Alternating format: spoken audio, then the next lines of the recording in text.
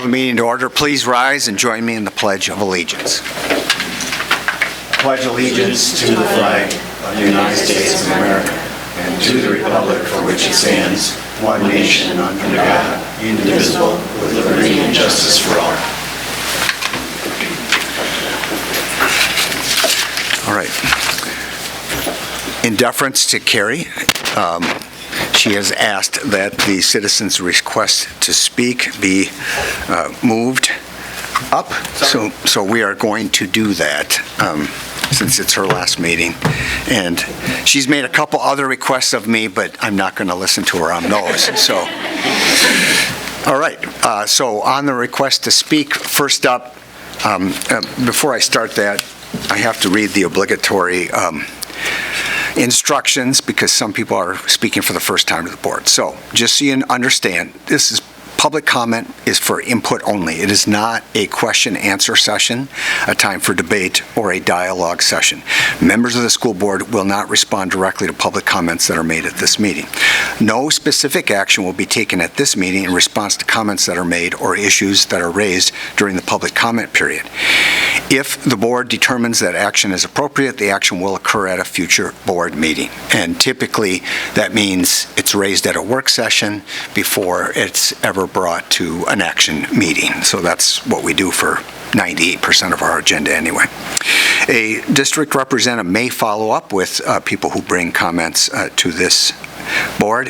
The board chair will recognize one speaker at a time. Only those speakers who are recognized will be permitted to speak. Individuals who interfere with or interrupt speakers, the board, or the proceedings may be directed to leave. And then finally, personal attacks on any individual, including any other speaker during the public comment session, are unacceptable, as are obviously obscenities or profanity. Persistence in making such remarks will end the individual's opportunity to address the board and may result in the individual being directed to leave. All right. With those instructions then, I'll call Mike Miller of 473 Omaha Road. He's speaking about lacrosse. Yeah, thank you. I've got a couple captains here I'd like to introduce when I'm done, but I just want to raise a little bit of awareness for those of you who may know Wisconsin Athletic Association passed sanctioned lacrosse as an official high school sport in the state of Wisconsin last December. And as we understand it, we're the Hudson Lacrosse Association. We have about 250 to 300 lacrosse players in Hudson each year, and about 100 of those are high school aged girls and boys. Currently we have about 35 girls and 50 boys that play lacrosse at the varsity and junior varsity level. And so we're very excited for the opportunity to officially have that approved and sanctioned as a sport here in Hudson. Hudson girls and boys are probably considered top 5 team the last years. The girls were formed in 2012 and the boys in 2008. So it's about a 15-year-old organization. We manage a budget every year and support 10 youth teams and 4 high school teams. And so our vision is that we'd become a very supportive booster organization to the girls and boys high school teams for funding and for cooperation and support of those teams. And we know there's a lot of discussion coming about lacrosse potentially.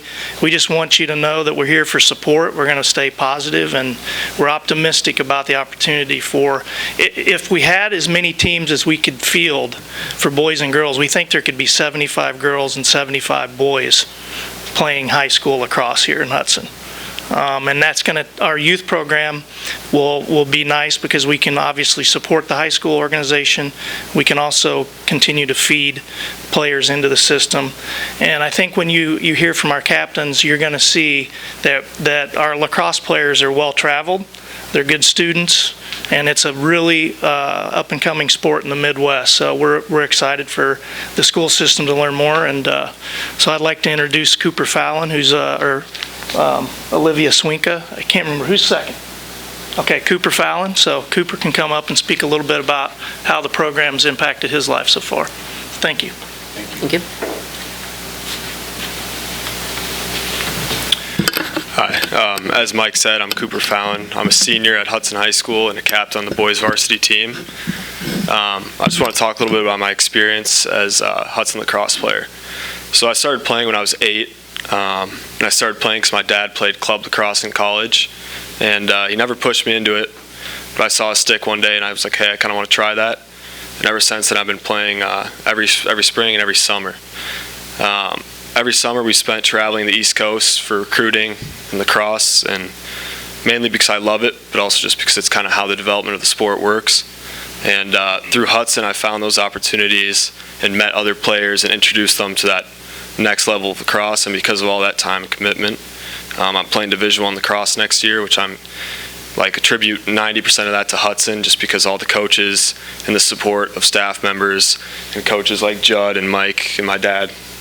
And I think it's just the amount of opportunity that you have in lacrosse and that kids in Hudson can provide, and the community is just, it's exceptional. I mean, I was lucky enough to be selected to the Team USA U18 team last fall, where we got to compete against the First Nation and Team Canada team, and just meeting those players from other cultural backgrounds and different parts of the world was such a humbling experience and just an amazing thing to have under my belt. And I think because of Hudson Lacrosse and the opportunities, I mean, there's many more kids to come that can benefit the way I benefited. And I also want to note that this year at our National Signing Day through the high school, I mean, lacrosse was the #1 represented sport at our signing day.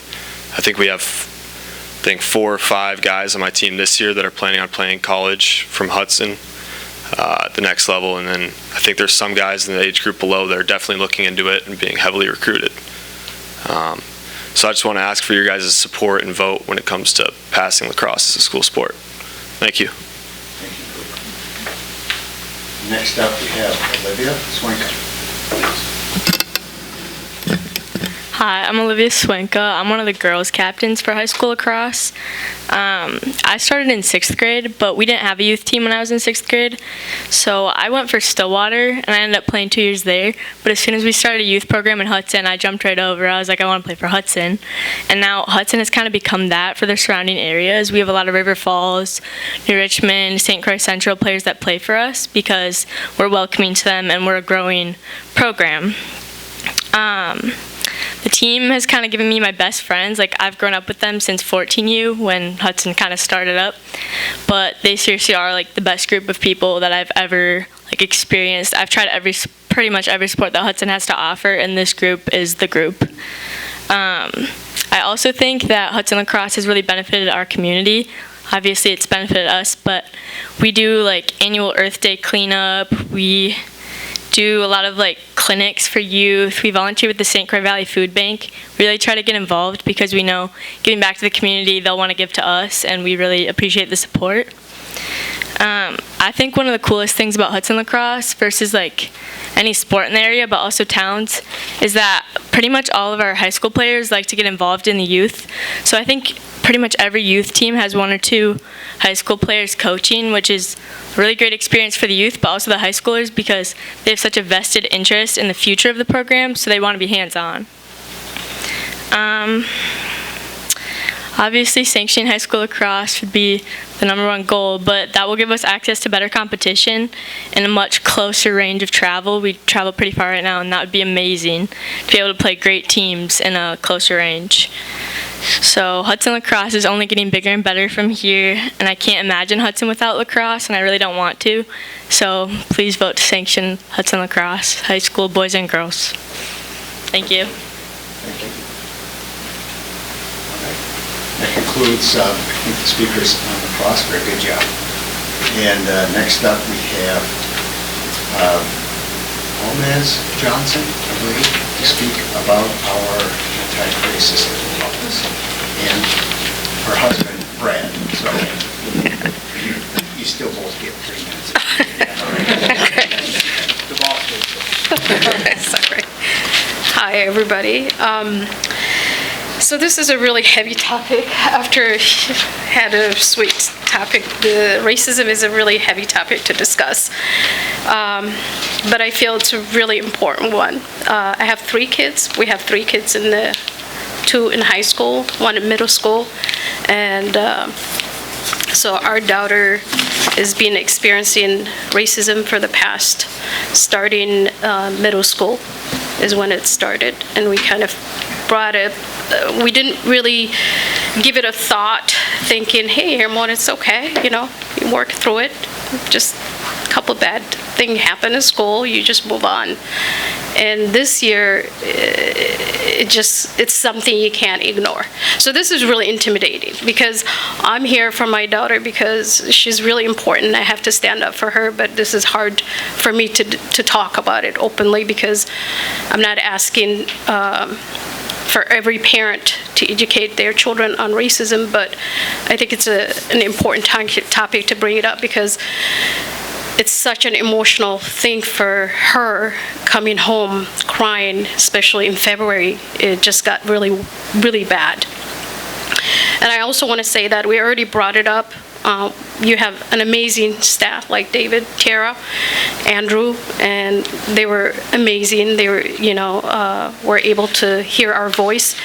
But the reason I brought it up is because I want the parents also to understand, as parents, we have responsibility to educate our children on racism because it's a poison. Because my daughter is literally, shrinking. Every day she wants to go to the school, but she doesn't feel herself.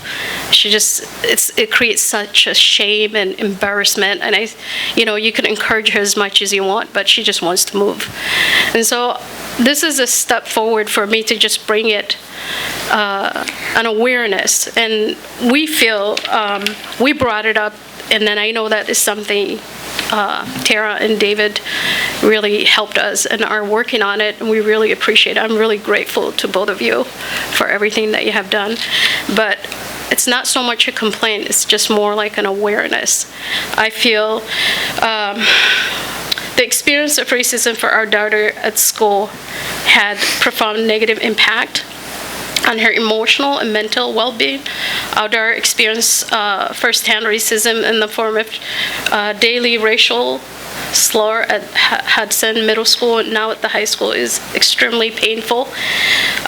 Just to give you a perspective, and this is kind of ugly, I don't want to go through it, but I just want you to have an idea what she goes through.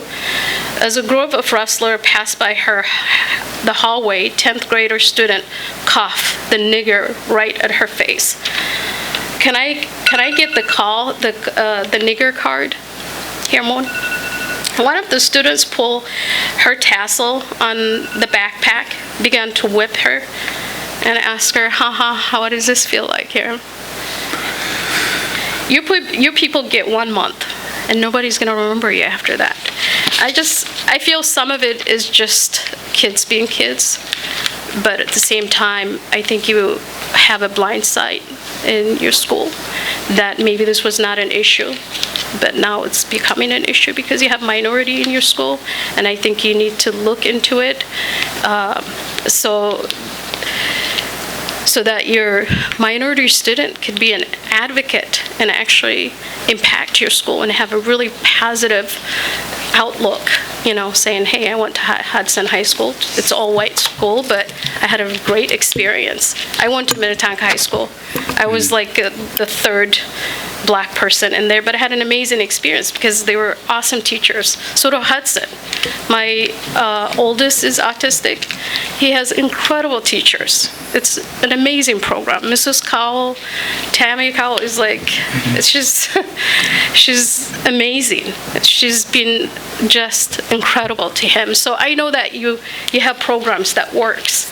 I think this is just, I'm incredibly nervous to speak to you. This is intimidating. Yeah, I appreciate that. Yeah. Thank you for your comments, and I know your husband, he gets 3 minutes. Yes, too, so. exactly. All right. So thank you. Thank you. So as my wife said, I'm not quite that short. As my wife said, I was here last year. I spoke to you guys. I don't know if you remember or not. We pretty much thought it was resolved. And so my wife has kind of told you what led up to this in February and just the emotional outpouring. And so we started by going to the principal and letting him know that, hey, here's some definitive things that you need to have in your school system. A safe way of reporting it, which we're working on now. A clearly and defined anti-racism policy that also speaks to disciplinary actions and expulsion if it's not stopped. creating a structured curriculum to teach the faculty, the students, as to how to behave, what's appropriate, what's not appropriate, and to have a parent-student collective of minority students that can come and talk. So he could fully understand what he's dealing with. These are all dismissed. At the very end, I said to Andrea, I said, is there anybody that we could have as a mentor for him? And she says, yeah, I know a couple of people. And at that moment, and I said because of the sensitivity, she'd feel more comfortable with you. At that moment, the principal said, well, of course, Andrew, you're white and you're a man. You wouldn't understand. So at that point, I took it to the superintendent, and he was great. Called me, wrote me right away, got me in touch with David and Tara, had a meeting. You guys did a phenomenal job. We really appreciate everything that you've done. You need great leadership to handle something like this. I know we picked Hudson because of the school system. That's why we're here. But you need great leadership. This is a troubling occurrence that goes on not only with my daughter. We have talked to many other parents and their children that we invited them to come tonight, but nobody's here. What? Oh, perfect. And so anyway, we just want to plead with you, please. Don't let it be another year that I got to come up here. You don't want any sort of ramifications financially on you. You got to take care of this. You have a growing population of minority students. So, thank you very much for listening. All right. Thank you for your comments. All right. That concludes the citizens' request to speak. And now we move on to recognitions. And so we have a plaque that for a certain board member who has served for 9 years, Carrie Whitaker. She asked me to make this very short, one of the shortest parts of the agenda. I have only control over my own comments, though, Carrie, so I'm going to open it up to other board members who wish to say anything. I would like to say, Carrie, that I have enjoyed so much getting to know you these last couple years. For people who don't know Carrie, she's rather quiet. When she speaks, though, we know it's something important and something smart and something we should listen to. She's also a really funny person, and I am going to miss you tremendously. So thank you so much. I hope we can stay in touch, and thank you for your service to our community. It's been tremendous. Thank you. If your daughter could call during the meeting, that would be. Let me work on that. Okay. Anyone else? Mr. President? Yes, Rob. So Carrie, one of my very first board meetings where Mary Bowen Egebrotten retired, you sang a song for her. And so I'd like to do the same for you. I'm kidding. That was scary. But in all seriousness, just to echo what Molly said, you are steady, you are thoughtful, you put emotion into the purpose of you being here, and I am grateful for not only your friendship, but for your participation on our board. So, thank you.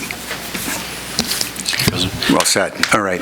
Bob? Carrie, another story of first meeting was actually holding, I think, a vote yes sign for the high school referendum next to you in the rain.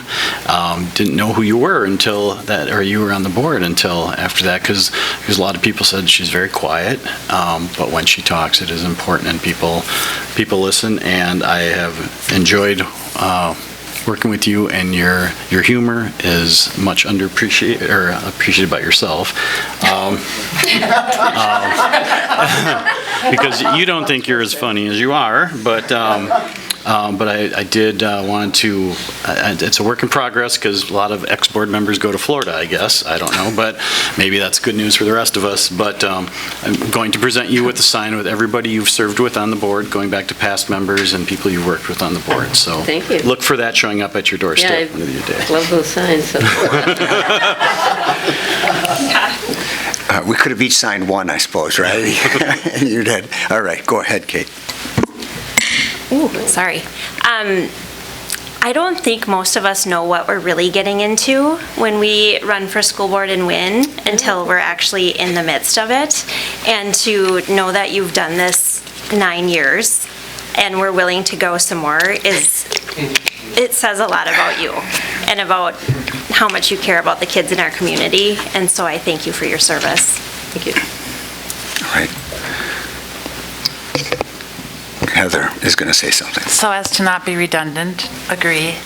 And before the primaries, when people would ask me about Carrie, I would say we would be great if our board was full of Carries, because, I mean, you have your own opinions and beliefs, and you are a model of listening to what people have to say, thinking about it, and really taking each decision individually without kind of political persuasion or whatever. I really believe that it's folks like you who we need on boards like this, so thank you. Thank you. And again, as my promise to keep it brief, otherwise I could have lots of stories. I served with Carrie now the longest I have as with any board member, because I was elected with Bruce, so 9 years with Bruce. 9 years with you. And I guess before I say anything more, I should let this guy to my right say something, because I think you want to. No, I would say... That was brief. No, I did want to say something, and it is, I talked to Carrie as much as she'll let me talk to her, usually on the golf course and usually about the Cyclones. I did wear Iowa State socks, to commemorate the evening, but, I would echo all the sentiments that the rest of the board had said. You come to meetings with knowing that the constituent group that you represent is the 5,400 kids that walk through our doors every day, and so that's refreshing, and that's it shows in every decision. And so, for the 8 years that I've been superintendent here, almost 8 years, you've been on the board. You and Jamie are the last two board members that were on the board that hired me. That hired me. Rob got here, and Rob had gotten here as well. But and it has been a great experience, and I will miss having you on the board. Hopefully, we'll still have to be able to have some of those meetings and locations that you pick, because the running joke was the every other month meetings that I would have with board members. Carrie said hers are fine as long as they're on the golf course, and I said I can usually figure that out, make that work. But you will be missed. We're definitely on the board, and I'm glad that everybody was able to be here for tonight. So yes. I just want to say, Carrie, you were the epitome of a good school board member when we got training. What that comprises of, you hit all the criteria. You have a lack of an ego. You always put students first. And as everyone has said, I agree with the comments about being a good proofreader. Underspoken would be probably an understatement itself, but when you do speak or ask a question, it's always on point. I guess what you can carry the banner is in the last 9 years, which is over 200 meetings that we've had, never once can we blame you for the meeting running long. Thank you for being a positive role model for us all, and thank you for making this job fun. For 9 years, thank you. We've got a little plaque. If we could have the board members come around, stand by. Carrie, we'll get a picture. You can stay seated. Oh, I guess so.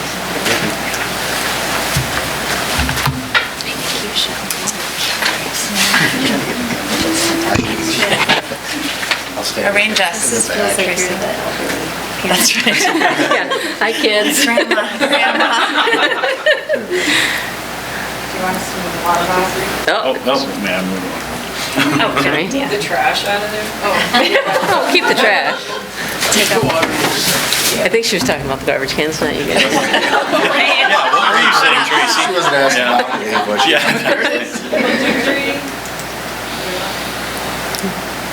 There we go. Thank you. Very nice. Thank you.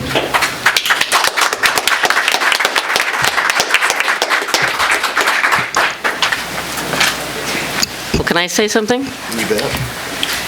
Thank you all for your kind words. I know it's obviously going to be in great hands moving forward. In this role, we've been privy to some unique communications over the years and aspects of the community, often very beautiful, sometimes not so beautiful. So I appreciate each and every one of you. And again, I know it's going to be in great hands going forward. So thank you for all the work that you'll continue to do. Right. Thank you, Carrie. And come back and visit us if you miss our meetings, you know. Just not the work sessions, right? All right. Well, moving on, next agenda item is a public hearing regarding the COVID-19 back-to-school blueprint as required by the Education Stabilization Fund in the CARES Act. So what this requires is a hearing. It does not require any action since we are not changing the back-to-school blueprint from the last time that we were required to have a public hearing. So at this time, I'll call for any members of the public that wish to comment on our back-to-school blueprint. Please come up forward and speak now. All right.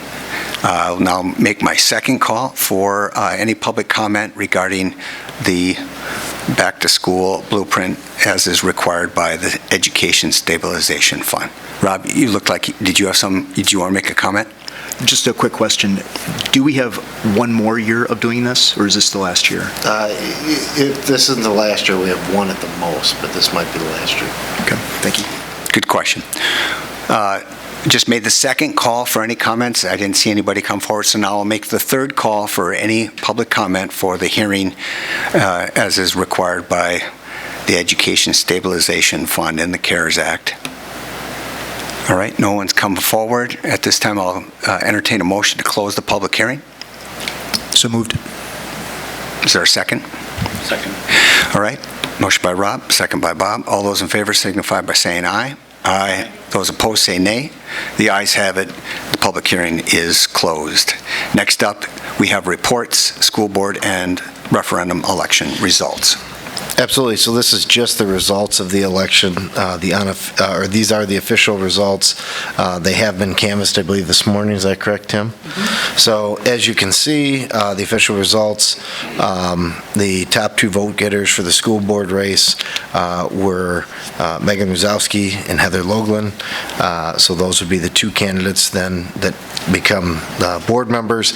That will happen at the April work session. We do the swearing in and that process. Also, as it relates to the different referendum questions, referendum question number 1, which was the operating question, failed. And you can see the vote totals on there, roughly 53-47 in that area. And referendum question number 2, which is the $29 million capital question, did pass. It is, again, almost the exact inverse of that. About 53-47 as far as yes to no's. And so just wanted to report out on those results. As far as next steps related to those elections, we'll talk about a little bit later in the agenda, but just wanted to make sure the official results were included in tonight's meeting. Yep. So freshly canvassed this morning, and so far no word on anyone coming forward with an alternative set of electors, right? No alternate electors at this point. All right. So any other questions on that? Moving on, we have now our action agenda, and I would entertain a motion for the consent agenda with the language regarding the expenditures that's up on the screen. Mr. President, move approval of the consent items and that the Chief Financial and Operations Officer be authorized to pay bills in the amount of $1,443,761.69.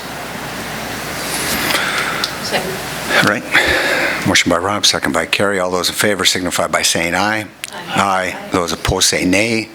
The ayes have it. The consent agenda is approved, and I know we have 2 retirements that you wish to, 24 years, it looks like, for both of them. 24 years each, yes. So we have Yvette from District Office and Student Services Department, 24 years of service, and she'll be retiring at the end of June. And then also Mark Rivard. He's currently the head custodian at North Hudson, was also a long time at EP Rock, with another 24 years. So we were looking forward to celebrating them at the upcoming recognition banquet, and I hope you can all attend.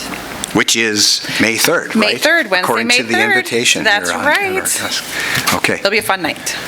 You have a question, Yes, Bob? Mr. President. Just mentioning that while we have one Rivard that is leaving, we have his son who is still with us for another 24 years, hopefully, correct? So, excellent. Let's keep him in Hudson.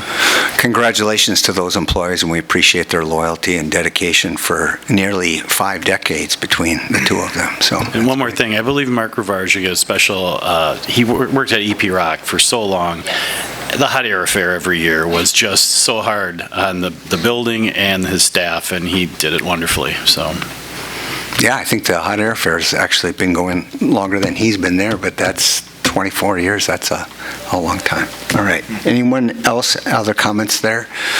Okay, so now we're moving on, and next up would be architect discussion and direction. I'll turn it over to Nick. Yep. So at this point, because we do have the capital referendum in the past, we need to kind of know what is the direction with next steps.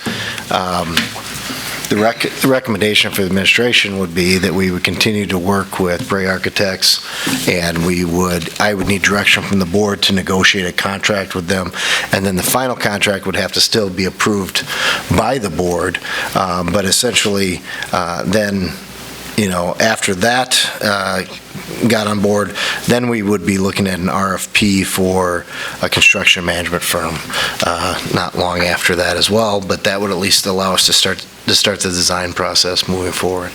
So I would open up for any questions or comments. Anyone?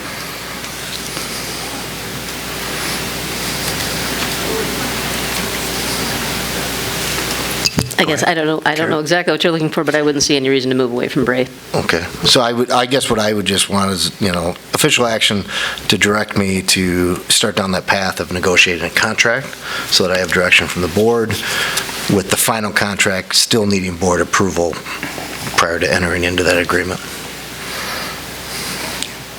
All right. Yeah, we'll need a motion and a second. Yeah. But Move to approve, moving forward with Bray Architects for how did you say it? Well, just negotiation. Just negotiation. Because we don't have a contract yet that's been proposed, so. Second. Is there further discussion about initiating that process? All right. Not hearing any further discussion, all those in favor signify by saying aye. Aye. Those opposed say nay. Abstain. All right, we have 1 abstention. Thank you, Rob. All right, we have, the motion passes. So next up, it would be next steps related to the operational referendum, which I assume we just took one, and that is by starting the negotiations with Bray. Well, no, this would be the other referendum. Okay. So the referendum didn't pass. Yeah. And so what I have, so there's a couple different ways we can move forward with things. The board can choose to try to go to referendum again, the exact same referendum, in 10 months, 12 months, 16 months. They can do a post-mortem survey, which is something that districts will do to find out, try to get as much feedback as you can get. I did reach out to School Perceptions and talk to Bill Foster directly about that. He sent a proposal from School Perceptions and a potential timeline. His timeline was a September survey versus a effective immediate survey. At that point, we would know at least what the budget is going to look like from the state. But that's probably, if you go that direction, which is fine, that's probably more of a moving forward kind of survey, not so much a post-mortem, because that's going to be 5 months after an election, and it'll be more or less seeking information about moving forward, not so much about why did people vote the way they voted on the last one, just because it's as far away as it is. So my big thing is, if you're wanting to go to a survey this spring, sooner rather than later, we would, the thought process would be, and I talked to Bill, and he said that's a possibility too. We would essentially, at the work session coming up in 2 weeks, sit down with the board and say, what information do you want to get from the community to craft whatever question down the road? It would be a survey that would go out sometime in the next, 4 or 5 weeks and close before the end of the school year.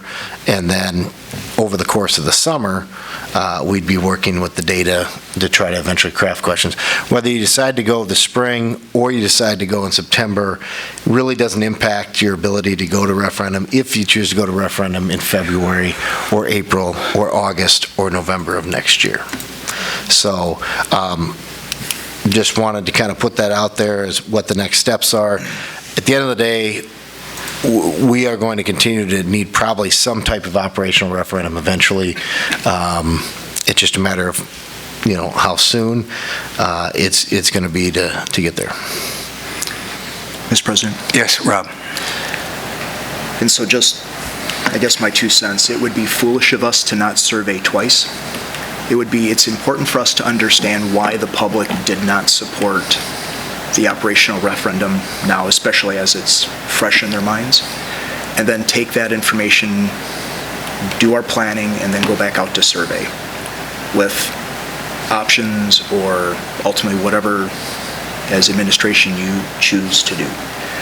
To not have that foundation now will hand tie us when we decide to survey at some other time, in my opinion. Well, when you talked to Foster, did he recommend 2 surveys in the span of 5 months? I didn't ask. I didn't. Okay. He didn't bring it up. I didn't ask him about it. So we talked about both timelines, and his original proposal, as you can see what he drafted for us, was to go in September, so we had more data based on the budget, what the legislature is going to do. Like I said, it's probably it's less of a postmortem and more of a direction moving forward type of survey. So a lot of it depends on, what you guys are hoping to accomplish with the survey. Okay. All right. Well, I'm going to go with Heather. Yeah. So I guess because we were so surprised by the results of the referendum, by the split, my gut says that I would really like to see us do something sooner that helps answer the question, why did people vote the way they did on this one? And then I think that the answer to that, in my mind, will inform our thinking about timing of going back again, whether it's February or April or November. So I would be interested in seeing what that would look like, a survey with a more speedy turnaround while people are still remembering maybe what they were thinking when they voted, with also plans maybe with, at this point, still a little bit of flexibility on the date to go back with a more comprehensive survey once we have a better sense for what it is that we would be asking people to support the next time around. Okay. Somebody else? Was it Molly? Were you? You're good. Kate? I'll go first. I think it makes sense to go ahead with survey initially here with a maybe out there if we do a second. Mm-hmm. Or some flexibility, like you said. I guess my other thought is that, the voters said no. And so I'd like to see, as a board member, what our budget would look like if we never got this money again. So what cuts would we need to make? What would programming look like? So that I think us and our community can see what that looks like. No, absolutely, and I think that's an excellent point, and that's something, we talked about this administratively over the last couple days, and I think we kind of see it as a two-phase approach when it comes to the budget. Okay, what other things currently going into next year that, we talked about, it's really hard for us to start laying people off right now because of the statutory timelines. But what things can we reduce in our budget going into next year? And then over the course of the summer, start putting together what that plan looks like, should another referendum not pass, or should the board choose not to go to referendum again. I think the nice thing about, at least if we get the feedback from people sooner rather than later on the postmortem, that will help us put together what that plan looks like, as far as, with the administrative team over the course of the summer, because it's not just usually it's not just a one-question survey. It's, you're going to ask a handful of questions and also get some feedback on rationale and things like that. And so, I think that's where,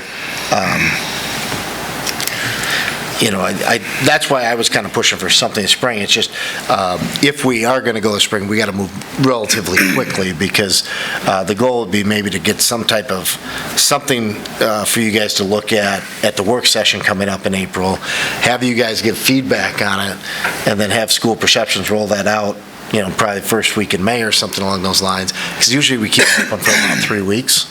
And then based on that data, then spend the summer talking about the, what shifting of the budget, repurposing the budget would look like, so that if flexibility, like you said, we go back out to another survey in the fall, we can say, okay, based on the feedback we got in May, we've made these budget adjustments. This is what it would look like should we not go out to referendum again, or if it doesn't pass again. I think those are both very good points made by everybody. Molly. Thanks. I agree that I think we should figure out what the voter was thinking about the operational. We may think it's X, but they might be thinking Y, and we need to know that. And I think Kate is right that we should figure out what's this going to look like if we don't get a referendum passed for operations. And we may, in my mind too, it's like a survey now is more important than the survey in the fall. That might be, the survey ultimately is the referendum.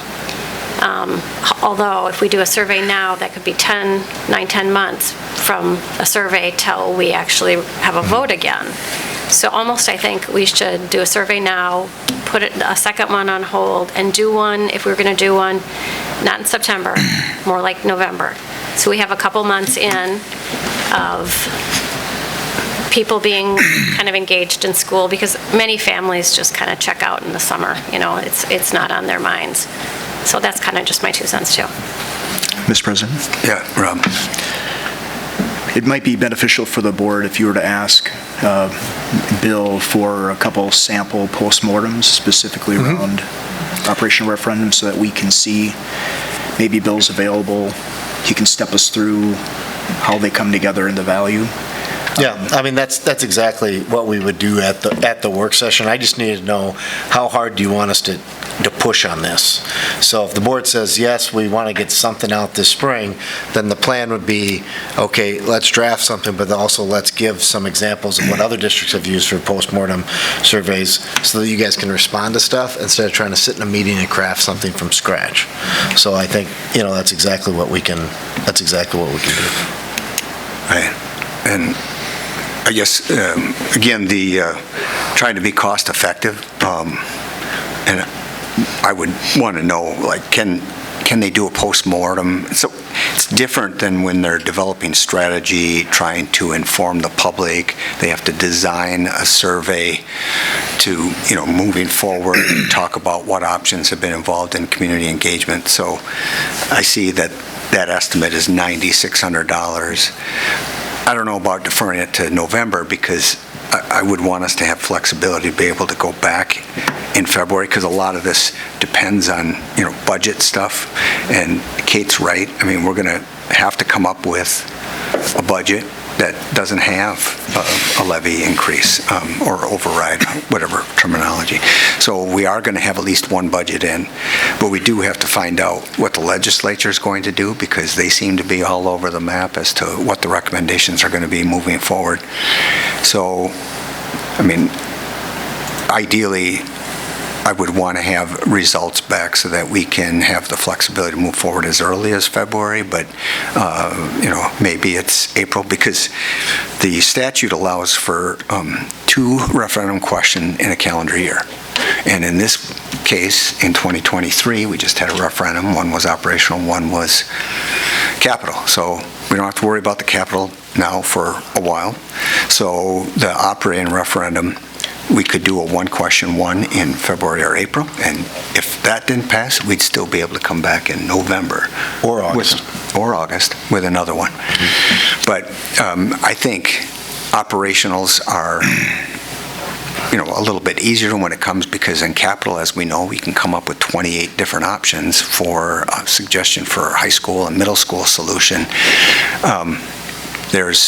There is changes on what we would do with the budget and ways we can cut, and I think we should get some feedback on, what the public, is thinking on their kind of explain the vote. I just think it could be relatively less complicated survey than the one that would be in the fall. Yes? Just one final comment, and circling back to Kate. I don't believe this to be true about Hudson, but if the results of the postmortem were that the people who voted no said, because I am never going to vote no because I am not letting you raise my taxes, if it was that crystal clear, then I will confess, I've kind of been operating on an assumption that we're going to need to circle back and find a different way to ask for operating support. But that'll be, important, and I'm sure it is, because they do this, but however this is designed, that it helps us discern the folks who voted no. Is it because they were voting no, I am not letting you tax me anymore, or was it no, and then why? And then we have something to work with as we're planning, but to make sure that that's part of what we get out of this is a sense for that cut across the no crowd, if you will. Any other comments? Otherwise, you have Bob? Yeah, I would agree with everyone. We should try and get some information first, just from the perspective of the no vote. You can read a lot into it as far as, could it just be that kind of, some people have said, an open-ended checkbook every month, and now you're piling that on top of a vote that was still on with the county. The county did it poorly as well. So is it timing, or is it the direction? But I think I agree with Kate and Molly about if we get the needs out there and what it's going to look like if we don't get another one, because that is real. Yeah, and I think that's the work that gets done between the 2 surveys, probably. All right. Yep, so I have direction, so plan at the work session coming up here in April to really be digging into that. Because at the end of the day, we'll get school perceptions taken on it, but also we want to make sure that the information that we get from the survey is useful to you as a board to make the decisions you want to make. So just be ready to have those conversations on the 24th. And then, because we'll have to turn that around pretty quick by the time, the way we do surveys is we mail them to every household in the district. So that means it's got to go to print. And then after print, it's got to get delivered. And then you want to give about a 3-week window for people to be able to answer surveys. So, all right. Okay. Next agenda item is the second reading of the Teaching and Learning Policies, Part 5. And, Dave, this is your agenda item, but there hasn't been any changes then since the first reading? No changes at all since the first reading. Okay. I'll entertain a motion unless there's questions of Dave. Mr. President, I move to approve the second reading of Teaching and Learning Policies, Part 5, as presented. Second. Motion by Heather, second by Rob. Any further discussion? Hearing none, all those in favor signify by saying aye. Aye. Those opposed, nay. The ayes have it. Next up is the first reading of Teaching and Learning Policies, Part 6. Dave, since this is the first reading, we did discuss this at a work session, but why don't you just recap again what this part is addressing? You bet, thank you. So as we sort of filter through the policies for the 300 series, we're nearing the end. We'll have one more series coming forward. This series, for the most part, dealt with policies that are certainly important, but were not part of our existing policy set recommended by WASB. Relatively straightforward guidance on the policies. They dealt with specific areas of instruction, from reading instruction to career and technical education. There were some minor non-substantive changes between the work session and this first reading. Thank you, Heather, for some very careful reading and identified some areas that needed to be addressed, and actually found that I sent the wrong version first time around, so there are some things that just by going to the updated version were already complete. So that is a summary. Again, with this document, you see the not only the policies redlined, but the completed version on the bottom link. Okay. Further questions for Dave? Or I will entertain a motion to approve the first reading of Part 6, Teaching and Learning. So moved. Second. All right, I'm going to give this second to Carrie. All those in favor signify by saying aye. Aye. Those opposed say nay. The ayes have it. And we've approved the first reading of Part 6 of the 300 series, which is Teaching and Learning. Now moving on to a new series of policies. This would be in the 600s, first reading of Fiscal Services Policies.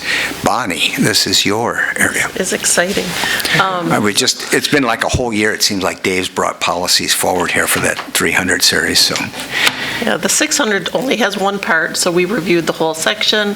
The changes were made. We reviewed our current policies and reflected those in the policies. And then we added quite a few that we did not have any language on. So I think we reviewed them at the committee, but if there's questions. Mr. President? Yes, Rob. Bonnie, with regards to 673.1 use of credit cards, that has to do with the P cards that we're enabling as a district, is that right? Both credit cards and P cards, yes. Okay. Yeah, the P cards was something that was brought up, recently and was going to be incorporated. Now we've got a policy that matches our practice. Correct. So, is there a motion to approve the first reading of the 600 series? So moved. Second. Motion by Molly, second by Kate. Any further discussion?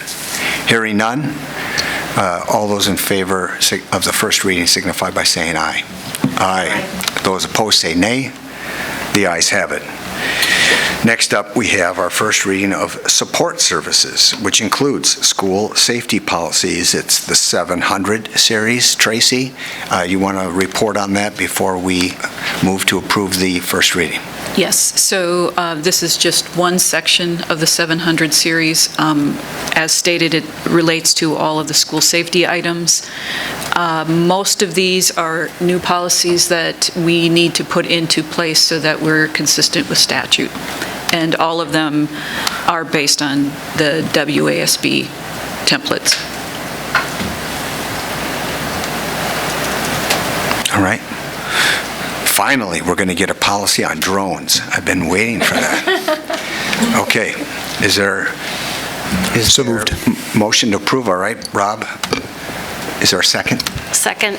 All right, we have a second by Molly. Any further questions or discussion? Hearing none, all those in favor signify by saying aye. Aye. Those opposed say nay. The ayes have it, and the first reading of Support Services School Safety Policies Series 700 is approved. Next agenda item is for Bonnie to report on. It's our annual health and dental insurance rate review, which we did at our last work session. A mix of good news and some okay news. Not terrible news, but okay news. Yeah. So we did meet with our consultant. They were recommending an increase between 8 to 12%. We did run the numbers, and we are recommending an 8% increase. If you go to the second page, we did have talks about maybe not going that high, but if you look at our month of March, we were running at 125%, so we did not have a great month in March for claims. Dental continues to be going very well, and we'll have a 0% increase in our dental insurance. Do you want separate motions, or can we just approve them in one? Just one. Okay. Yeah, just one, that's fine. And again, just to clarify, that 8% increase is the increase cost to both the employee and the district, or is it just to the employee? Both. It is both, yep. Because we have a bigger contribution to the employee's part, and then the employee pays more if there's a family involved, right? Correct. Okay. So with that, is there any further questions then on this, or I'll entertain a motion to approve the administration's recommendation? Mr. President, I just wondered, do we know the breakdown for the employee versus the school district of the increase of 8%? It's on the front, right on the front page there. Oh, I'm sorry. Yep. It's up on the screen. It says... So it's on that last 23, 24. For a single, it'd be then $9 per month, and for a family, $19 per month. Okay. But do we know, I'm just curious if we're going up 8% and the district is taking on some of that and the employee is taking on some of that, does it say the breakdown of how much the school district is increasing versus the employee? Yeah, so we pay 87.5% of health insurance, so the school district is going to go from from $16.45 a month for family to $17.77 a month for family, and then you can see the employee stuff. We're not changing the ratio of district to employee. We're not changing the ratio, so we're keeping the same ratio. By law, we have to have a minimum of 87.5%. 12.5% is the minimum that employees can pay, and that was Act 10. So the overall health insurance premium goes up 8%. We pay our portion, they pay their portion as of right now. So, good question, but it's like two different. One is the increase that is the proposal by the administration, but there's no recommendation by administration to change that, staying at the 12.5% for employee costs, correct? Okay. All right, any other questions with regard to the health and dental insurance rates, or is there a motion that we could put forward? Move to approve. Second. All right. I'm sorry, I didn't hear the second. Was that you, Kate? All right. So motion by Heather, second by Kate, and that is to approve the 8% increase for employee and family both on the health side, and 0% on the dental for both, correct? Mm-hmm.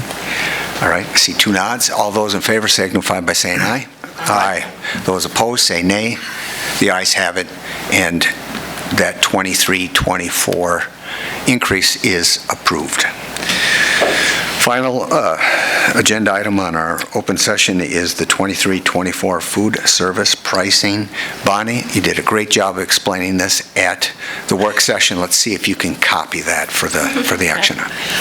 So basically, we looked at our trend data for food service costs, and it's ranging between 4.2% and 10% increases they're projecting for the next 18 months.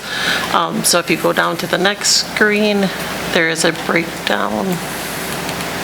of our recommendation would be a 10-cent increase pretty much across the board, with the exception of milk. And then if you go down a little bit further, is a historical perspective, what rates have changed in the past for your review. Mr. President? Yes, Rob. So the last opportunity I had to review this was 2 years ago. I had a year off. And historically, I've asked about participation rates and the effect of increasing student meal pricing on our students. Do we have an idea, and granted with COVID it's been challenging, do we have any sense at all what our participation rate has been? Compared to last year, it's definitely lower because last year everything was free. Our participation was pretty much through the roof. I could definitely get that information for you, but I don't have that here. Just trying to get a sense on, by increasing pricing, is there a certain portion of our student population that will be no longer able to participate in lunch? We can definitely pull information on that. I guess I can't answer that offhand. Yeah, I mean, I'm supportive of, doing this. I'm just more curious if we're going to have, kids that don't qualify for free and reduced and can't afford to buy lunch. We also, we do have angel funds at all of our schools, so the schools and the principals, if the students are identified, we try to assist them with that. So, I mean, I think that we're pretty observant if we see kids that are struggling. Principals advocate for those, and we do have people that donate to support those students, so we don't want them to slip through. Perfect. We also have an obligation by the Federal Food Service Program that if we are below the reimbursable rate for lunch, we're required to raise our rate by 10 cents a year until we hit the reimbursable rate. So this is the lowest increase we're required to do by the Federal Food Service Program, which is 10 cents. Yeah. So basically, it's an increase that's required. Yep. It's not like we have a choice in order for us to be compliant with the statute. Mm-hmm. Is there a motion to approve? Move to approve. All right, motion by Carrie. Second. Second by Molly. Any further questions or discussion? All right, all those in favor signify by saying aye. Aye. Those opposed say nay. The ayes have it. At this time, I'll entertain a motion to go into closed session on both, we have an A and a B under agenda item 7. So if I could get a motion, we'll then have a roll call vote. Mr. President, I move to convene in closed session pursuant to Wisconsin Statute 19.85, Parent 1, Parent C, to discuss and take action, if appropriate, regarding the employment and performance evaluation data of public employees over which the board has jurisdiction or exercises responsibility. Consideration of certified staff employment, resignation, retirement, and/or final notice of contract non-renewal and/or layoff. And I move that we convene to closed session pursuant to Wisconsin Statute 19.85, Parent 1, Parent F, to discuss financial, medical, social, or personal histories or disciplinary data of specific persons, preliminary consideration of specific personnel problems, or the investigation of charges against specific persons, except where paragraph B applies, which, if discussed in public, would be likely to have a substantial adverse effect upon the reputation of any person referred to in such histories or data or involved in such problems or investigations, specifically board member alleged misconduct. Second. All right, we have a motion, we have a second. Requires a roll call vote. Bauman? Aye. Brown? Aye. Garza? Aye. Logland? Aye. Powers? Aye. Whitaker? Aye. Johnson? Aye. The ayes have it, and we will recess to convene into closed session.